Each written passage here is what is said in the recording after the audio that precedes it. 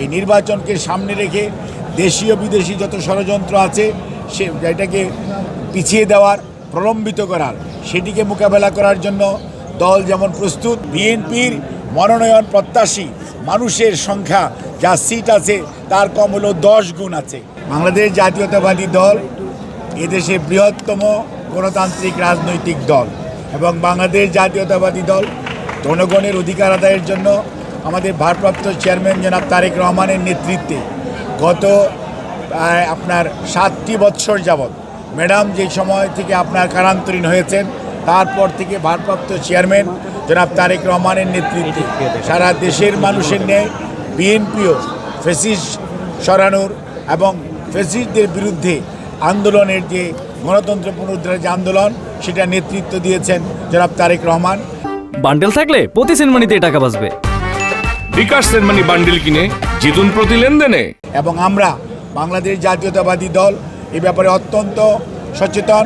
আগামী মধ্য ফেব্রুয়ারির যে নির্বাচন, এই নির্বাচনকে সামনে রেখে দেশীয় বিদেশি যত ষড়যন্ত্র আছে এটাকে পিছিয়ে দেওয়ার, প্রলম্বিত করার, সেটিকে মোকাবেলা করার জন্য দল যেমন প্রস্তুত, অন্যদিকে নির্বাচনে অংশগ্রহণ করে জনগণের অধিকার, ভালোবাসা সব কিছু অর্জন করে জনগণকে ঐক্যবদ্ধ করে 31 দফার আলোকে আগামীর বাংলাদেশ গড়ার জন্য জনাব তারেক রহমানের নেতৃত্বে বিএনপি তার নির্বাচনী প্রক্রিয়া শুধু গতকালকে না, বিএনপি গত 18 মাস পূর্ব থেকেই নির্বাচনী যে সমস্ত কার্যক্রম করা প্রয়োজন সেটি শুরু করেছে এবং সেই অনুযায়ী বিএনপির নেতা কর্মীরা প্রতিটি ঘরে ঘরে জনাব তারেক রহমানের আহ্বানে সাড়া দিয়ে ভোটারদের কাছে, জনগণের কাছে 31 দফার কর্মসূচি নিয়ে জনগণকে ঐক্যবদ্ধ করার কাজে সারা দেশব্যাপী আজকে ব্যস্ত আছে এবং সেই কর্মচাঞ্চল্য যেটা চলছে।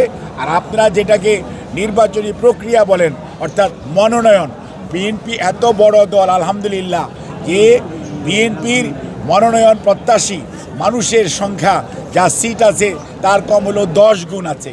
কাজেই বিএনপি তার কে প্রার্থী হবেন কে হবেন না সেটির জন্য আমাদের স্থানীয় নেতৃবৃন্দ, জেলার নেতৃবৃন্দ, আমাদের দলের পক্ষ থেকে জরিপ এবং সর্বোপরি জনগণের ভালোবাসায় যেই সমস্ত মানুষগুলো নিজ নিজ এলাকায় উদ্ভাসিত তাদেরকেই বাংলাদেশ জাতীয়তাবাদী দল ইনশাল্লাহ আপনারা দেখতে পাবেন খুবই সহসাই যে তাদেরকে মনোনয়ন দেওয়ার ব্যাপারে দিয়ে তারা সিদ্ধান্ত গ্রহণ করবে। বাট ইদানিংকালে সোশ্যাল মিডিয়া এবং পত্রপত্রিকায় যে সমস্ত স্পেকুলেটেড নিউজ হয়েছে তার ব্যাপারে আমাদের দলের পক্ষ থেকে গত পরশুদিন আমাদের দলের মুখপাত্র জনাব রিজভী আহমেদ উনি স্পষ্ট ভাষায় জানিয়েছেন যে দল কাউকে গ্রিন সিগন্যাল বা রেড সিগন্যাল দেয় নাই।